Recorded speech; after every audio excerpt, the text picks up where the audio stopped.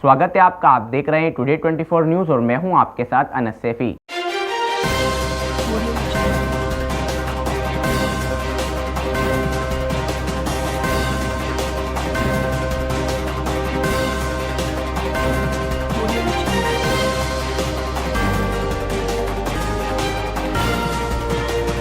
उत्तर प्रदेश में स्कूल की फीस पर विवाद छिड़ा हुआ है। स्कूल संचालकों ने कहा कि फीस जमा नहीं की तो नाम काट देंगे। पेरेंट्स बोले नाम काटो तो स्कूल में ताला डाल देंगे। उत्तर प्रदेश के प्राइवेट स्कूलों की फीस के मुद्दे पर पेरेंट्स एसोसिएशन और प्राइवेट स्कूल एसोसिएशन के बीच विवाद बढ़ता जा रहा है। पेरेंट्स एसोसिएशन ने 2 टूक कह दिया है कि वह बच्चों की फीस जमा नहीं करेंगे। एसोसिएशन ने कहा कि जब लॉकडाउन में स्कूलों में पढ़ाई नहीं हुई तो फीस किस बात की दी जाए। एसोसिएशन ने ऑनलाइन क्लास को लेकर भी सवाल खड़े किए। वहीं उत्तर प्रदेश में निजी स्कूल संचालकों के सबसे बड़े संगठन कन्फेडरेशन ऑफ इंडिपेंडेंट स्कूल की तरफ से पहले ही कहा जा चुका है कि अगर पेरेंट्स फीस जमा नहीं करेंगे तो बच्चों के नाम स्कूल से काट दिए जाएंगे। पेरेंट्स ने रखे 3 पॉइंट।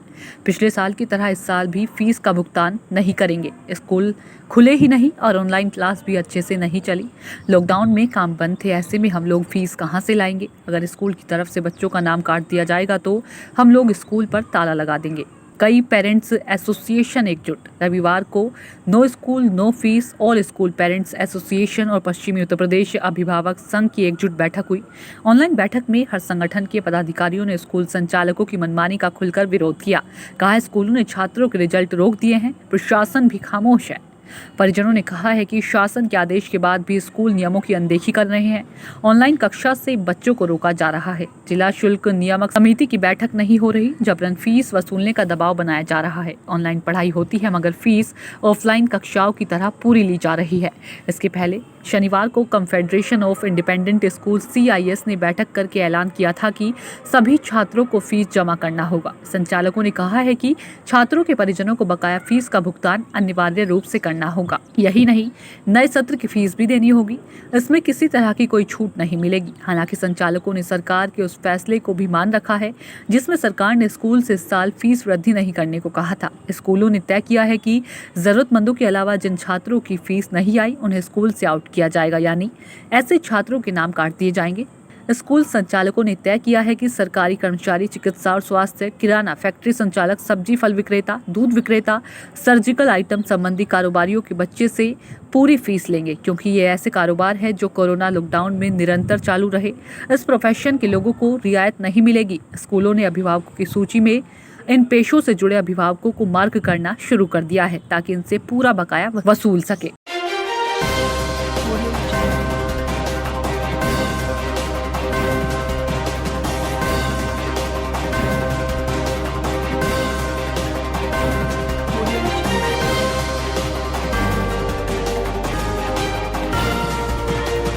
कोरोना काल में सरकार की छवि बिगड़ी है। यूपी को लेकर संघ के साथ बीजेपी का मंथन जारी है। पीएम मोदी भी शामिल रहे। कोरोना काल में उत्तर प्रदेश के राजनीतिक हालातों को लेकर बीजेपी व राष्ट्रीय स्वयंसेवक संघ के नेतृत्व के बीच शीर्ष स्तर पर मंथन हुआ है। इस बैठक में प्रधानमंत्री नरेंद्र मोदी भी शामिल रहे।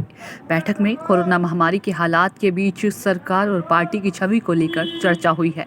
कोरोना की दूसरी लहर के बीच लोगों में सरकार के प्रति नाराजगी को देखते हुए इस बैठक को अहम माना जा रहा है। उत्तर प्रदेश में अगले साल विधानसभा के चुनाव होने वाले हैं। ऐसे में बीजेपी और संघ ने अपने संगठन को मजबूत करने के साथ ही सरकार के स्तर पर भी छवि सुधारने के प्रयास शुरू करने पर चर्चा की है। पार्टी और संघ के सूत्रों के मुताबिक यूपी की स्थिति पर हुई बैठक में पीएम नरेंद्र मोदी के अलावा home minister Amit Shah, BJP chief JP Nadda, RSS के सरकार्यवाह दत्तात्रेय होसबाले मौजूद थे। इसके अलावा उत्तर प्रदेश बीजेपी के संगठन मंत्री सुनील बंसल भी मीटिंग में शामिल थे। सूत्रों के मुताबिक इस बैठक में संगठन और सरकार को लेकर कई महत्वपूर्ण निर्णय लिए गए हैं। कोरोना महामारी से उत्तर प्रदेश सबसे बुरी तरह प्रभावित राज्यों में से एक है, जहां गंगा में तैरती लाशों ने डरावना मंजर पेश किया। हाल ही में बीजेपी ने आलोचना से सचेत होकर और महामारी की दूसरी लहर के बाद अपने कार्यकर्ताओं से सेवा करने के लिए खुद को समर्पित करने का आग्रह किया है। पार्टी अध्यक्ष JP नड्डा ने सभी राज्यों के पार्टी अध्यक्षों को पत्र लिखकर जनता की सेवा में जुटने का आह्वान किया है। पार्टी सूत्रों के मुताबिक इस मीटिंग में कोरोना की दूसरी लहर के बाद बिगड़ी सरकार की छवि को लेकर चिंता जाहिर की है और उससे निपटने के प्रयासों पर बात हुई। ऑक्सीजन की कमी, गंगा में मिली लाशों, वैक्सीनेशन की धीमी गति जैसे कुछ मुद्दों को लेकर लेकर बीते दिनों बीजेपी की बचाव की मुद्रा में दिखी। कानून व्यवस्था से लेकर अन्य तमाम मुद्दों पर सख्त प्रशासक की छवि रखने वाले सीएम योगी आदित्यनाथ की सरकार पर सवाल उठे हैं। मिशन 2024 के लिहाज से भी बीजेपी के लिए अहम है उत्तर प्रदेश। बीजेपी और संघ के लिए यूपी की चिंता इसलिए भी अहम है कि क्योंकि विधानसभा चुनाव के लिहाज से तो यह सबसे बड़ा राज्य है ही, लोकसभा के लिए भी महत्वपूर्ण है। लोकसभा के सबसे ज्यादा 80 सांसद उत्तर प्रदेश से आते हैं। ऐसे में यदि 2022 में बीजेपी सत्ता में वापसी करती है तो फिर मिशन 2024 भी उसके लिए बहुत कठिन नहीं होगा। इसी मकसद से पार्टी ने यूपी को फोकस कर अपनी रणनीति तैयार करना शुरू कर दिया है। उत्तर प्रदेश कोरोना से बुरी तरह प्रभावित होने वाले राज्यों में से शामिल है। गंगा में बहती लाशों ने तो उत्तर प्रदेश में होने वाली मौतों की सच्चाई को सबके सामने रख दिया। कोरोना की स्थिति को संभालने को लेकर योगी सरकार पर सवाल उठ रहे हैं।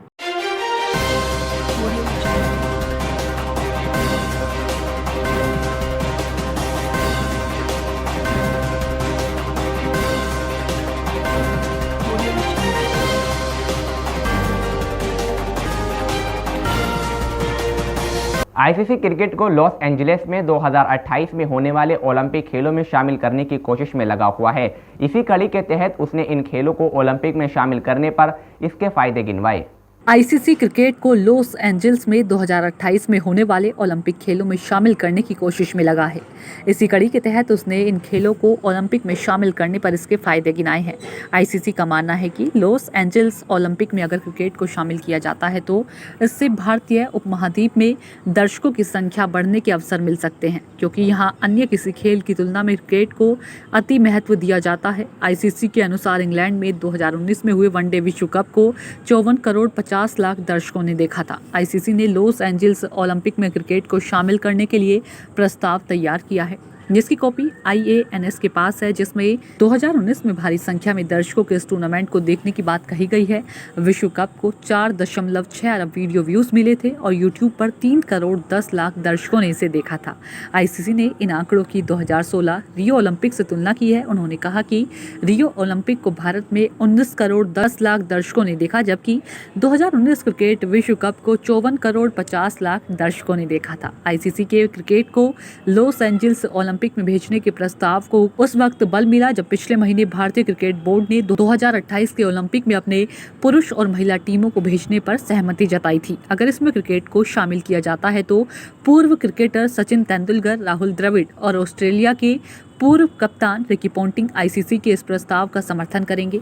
आईसीसी ने कहा कि ये रियो ओलंपिक के दर्शकों की औसत उम्र 53 थी, जबकि 2019 विश्व कप के 32% दर्शकों की उम्र 18 से 32 वर्ष के बीच थी और क्रिकेट प्रशंसक की औसत आयु 34 साल की होती है। उन्होंने यह भी दावा किया है कि 39% क्रिकेट प्रशंसक महिलाएं होती हैं। आईसीसी ने कहा कि अगर क्रिकेट को ओलंपिक में शामिल किया जाता है तो अमेरिका की टीम भी प्रतिभागी के रूप में इसमें शामिल हो सकती है। उन्होंने कहा कि 87% प्रशंसक ओलंपिक में T20 क्रिकेट देखना चाहते हैं। आईसीसी इस बात को लेकर भी आश्वस्त है कि अगर ओलंपिक में क्रिकेट को शामिल किया जाता है तो इससे नए साझेदार जुड़ सकते हैं और इसके सदस्य देशों को वित्तीय लाभ भी मिल सकता है। आईसीसी ने अपने 92 सदस्य देशों के साथ सर्वे किया था, जिसमें ज्यादातर देशों ने कहा कि अगर क्रिकेट को स्थायी तौर पर ओलंपिक खेलों में शामिल कर लिया जाता है तो उन्हें उनकी सरकार से वार्षिक वित्तीय सहायता मिल सकती है। आईसीसी के अनुसार सर्वे के नतीजे बताते हैं कि 74% उसके सदस्यों का मानना है कि अगर क्रिकेट को लॉस एंजल्स ओलंपिक में शामिल किया जाता है तो उन्हें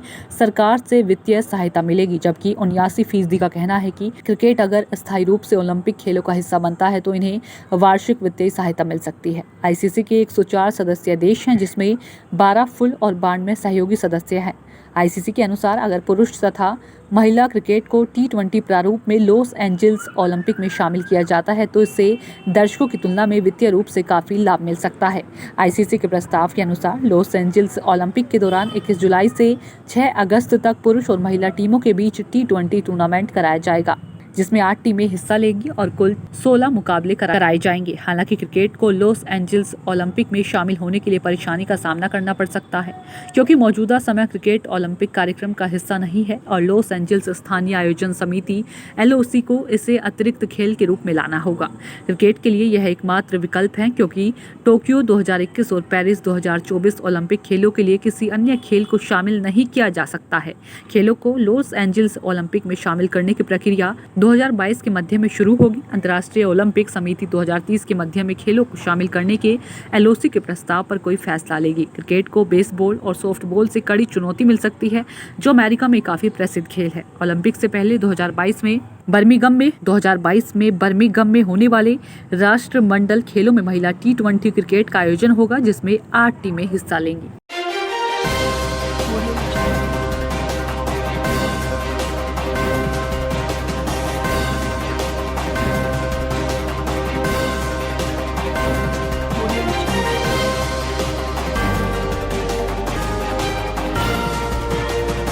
चीन की लैब से लीक हुआ कोरोना का दावा। पहले केस मिलने से 1 महीने पहले वुहान की लैब से 3 रिसर्च बीमार पड़े थे।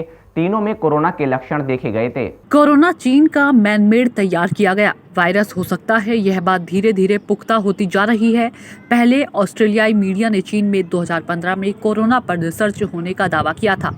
अब अमेरिकी मीडिया ने अपनी रिपोर्ट में वायरस को लेकर बड़ा खुलासा किया है। अमेरिकी अखबार वॉल स्ट्रीट जर्नल की रिपोर्ट के मुताबिक चीन ने दुनिया और विश्व स्वास्थ्य संगठन WHO से बहुत जरूरी जानकारी छिपाई है। रिपोर्ट के मुताबिक चीन ने WHO को बताया था कि वुहान में कोरोना का पहला केस 8 दिसंबर 2019 को मिला था, जबकि वायरस से संक्रमण का मामला इसके 1 महीने पहले ही सामने आ गया था।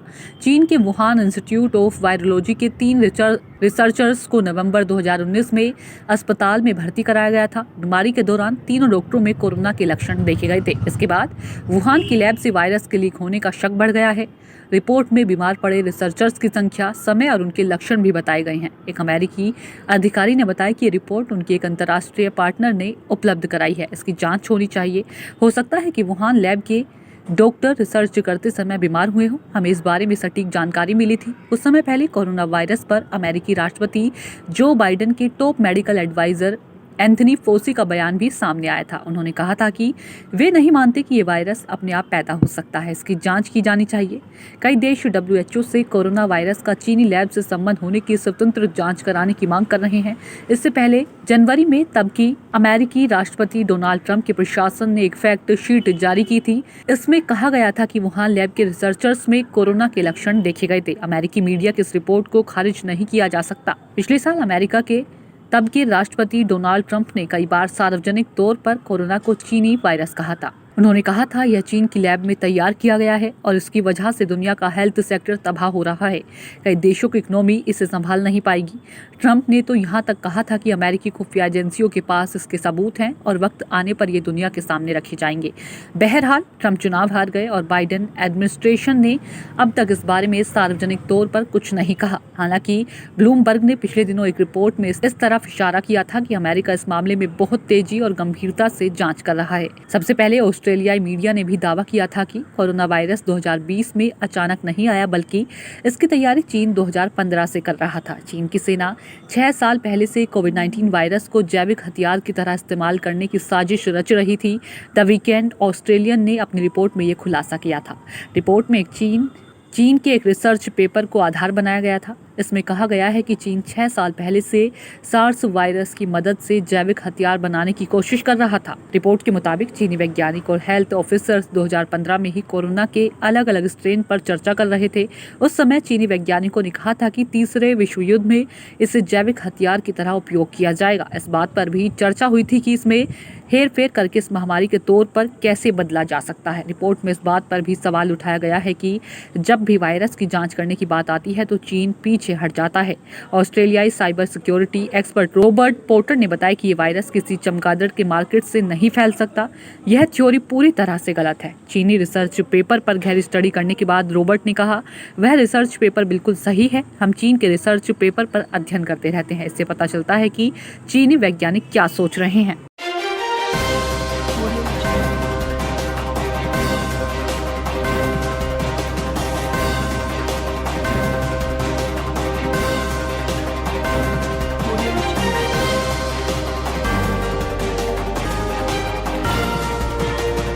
परमबीर सिंह को हाईकोर्ट से बड़ी राहत मिली है। SC/ST केस में गिरफ्तारी पर 9 जून तक रोक लगा दी है।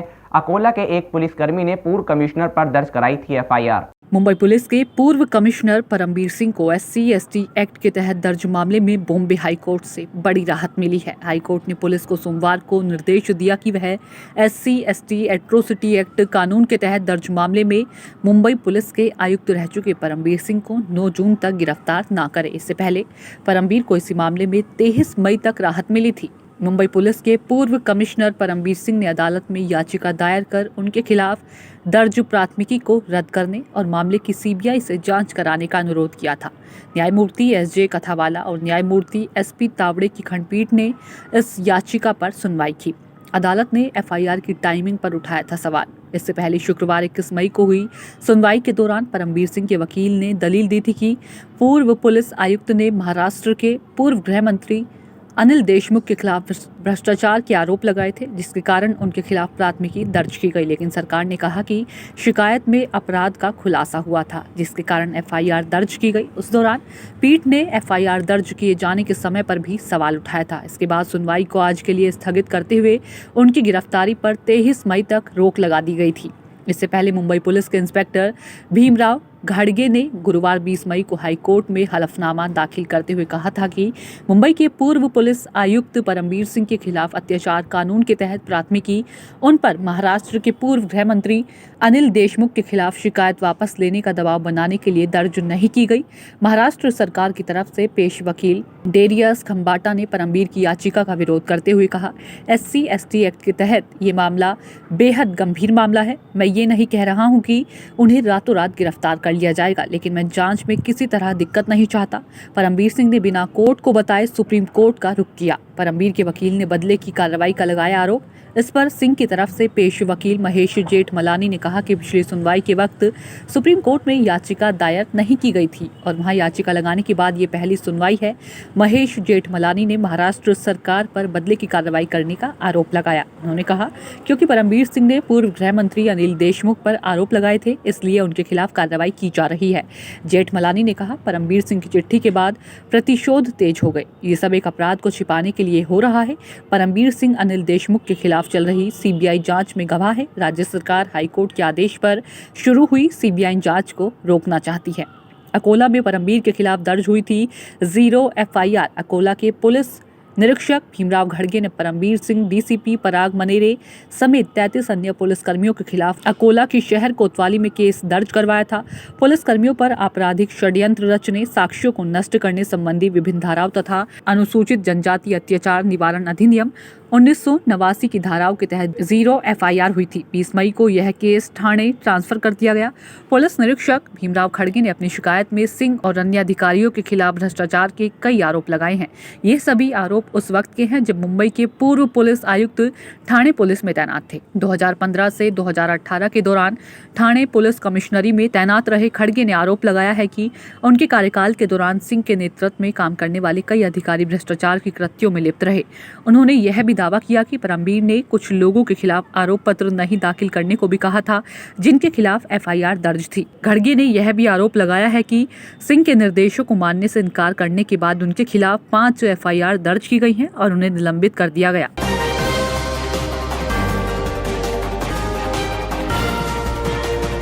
आगे की खबरों के लिए बने रहिए टुडे 24 न्यूज़ के साथ।